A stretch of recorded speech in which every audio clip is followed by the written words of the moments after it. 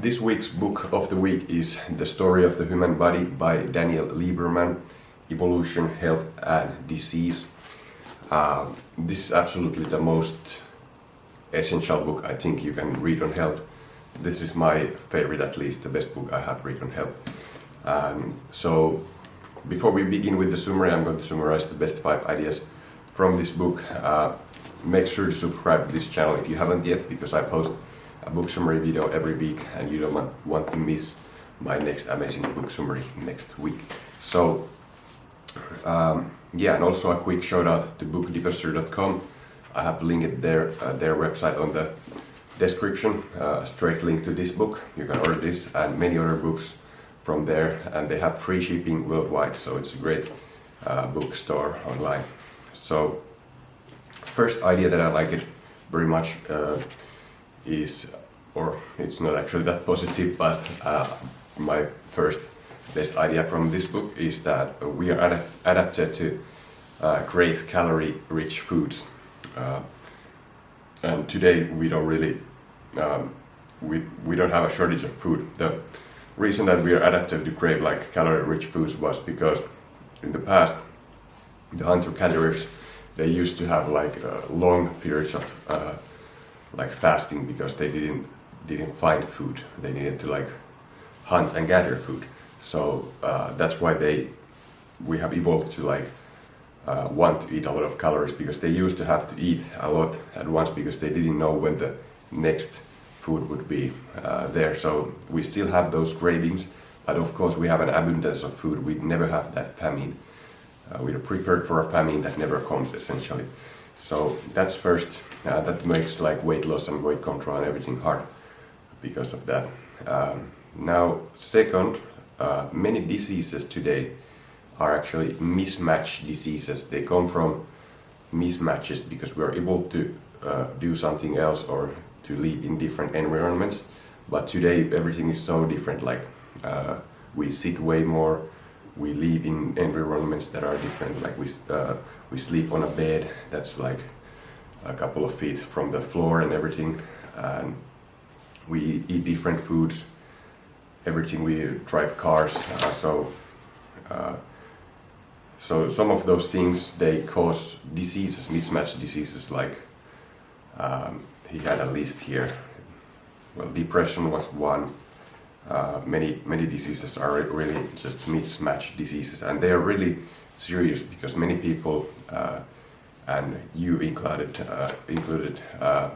are very likely, you and me are very likely to die from a mismatched disease or suffer from a disability caused by mismatched disease.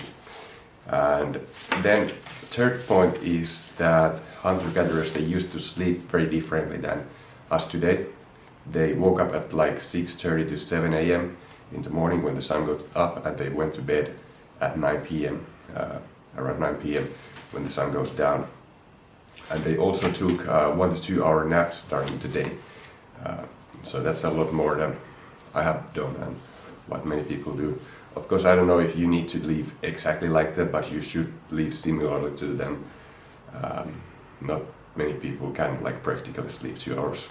I mean, a nap 2 hours during the day. And then interestingly also, they used to sleep like in two, like they had like 2 separate sleeps, almost like every night. Like sometimes they would like just wake up in the middle of the night, and that would be just normal, and then they would get ready for their second sleep. So they slept very differently. Most people today, they watch TV like late until night when it's like way when it's already dark outside, and they should be in bed like at 9 p.m. like hunter-gatherers, but they stay up because we have this artificial light now. We have the television and everything that can like provide some kind of like entertainment at night, when otherwise there would be nothing else really to do than sleep.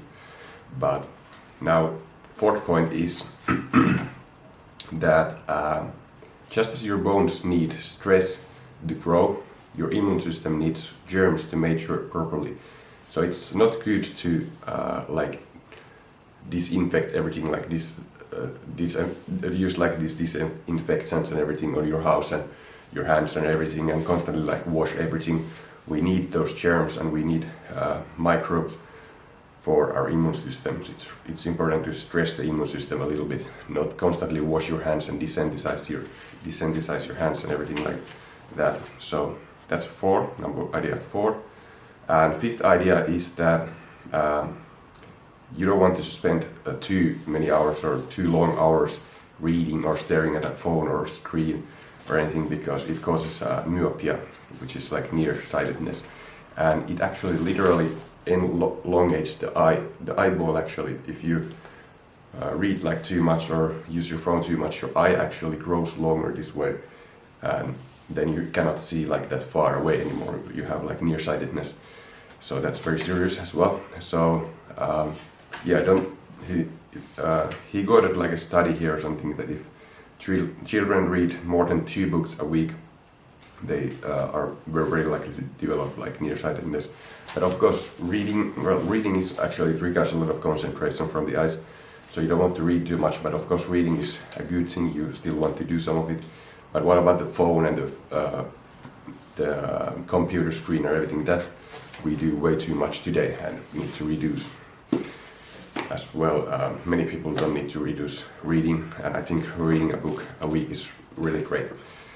So that's it. Remember to subscribe if you didn't yet, and like this video if it was helpful, and I will see you next week.